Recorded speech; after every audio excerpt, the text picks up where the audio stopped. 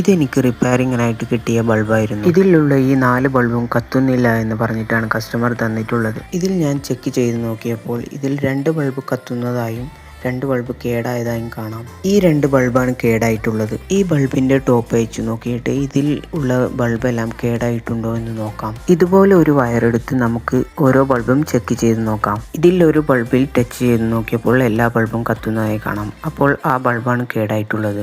കേടായ ബൾബ് ഇതുപോലെ റിമൂവ് ചെയ്തു കളയാം. ഇതുപോലെ ഒരു ഡയോഡ് എടുത്ത് നമുക്ക് കേടായ ബൾബിന്റെ ആ ഭാഗത്ത് സോൾഡർ ചെയ്ത് കൊടുക്കാം. ഇനി നമുക്ക് ബൾബ് കത്തിച്ചു നോക്കാം. ബൾബ് നന്നായി പ്രകാശിക്കുന്നുണ്ട്. അപ്പോൾ ബൾബ് റെഡി ആയിട്ടുണ്ട്. ഇനി നമുക്ക് രണ്ടാമത്തെ ബൾബ് റെഡിയാക്കാം. ഇത് ആദ്യം ചെയ്തതുപോലെ തന്നെ ഒരു വയറെടുത്ത് എല്ലാ ബൾബും ചെക്ക് ചെയ്ത് നോക്കാം. ഇതിൽ ഒരു ബൾബിൽ ടച്ച് ചെയ്ത് നോക്കിയപ്പോൾ നന്നായി കത്തുന്നുണ്ട്. ഇനി നമുക്ക് കേടായ ബൾബ് റിമൂവ് ചെയ്ത് കളയാം. ഇതുപോലെ ഞാനൊരു ഡയോഡ് സോൾഡർ ചെയ്തിട്ടുണ്ട്. ഇനി ബൾബ് കത്തിച്ചു നോക്കാം. അപ്പോൾ ബൾബ് നന്നായി പ്രകാശിക്കുന്നതായി കാണാം. ഇനി നമുക്ക് ഈ 2 ബൾബും ഒന്ന് ചെക്ക് ചെയ്ത് നോക്കാം. ഈ 2 ബൾബും നന്നായി കത്തുന്നതായി കാണാം. ഇതുപോലത്തെ വീഡിയോസിനായി ചാനൽ ഫോളോ ചെയ്യാനും സബ്സ്ക്രൈബ് ചെയ്യാനും മറക്കല്ലേ.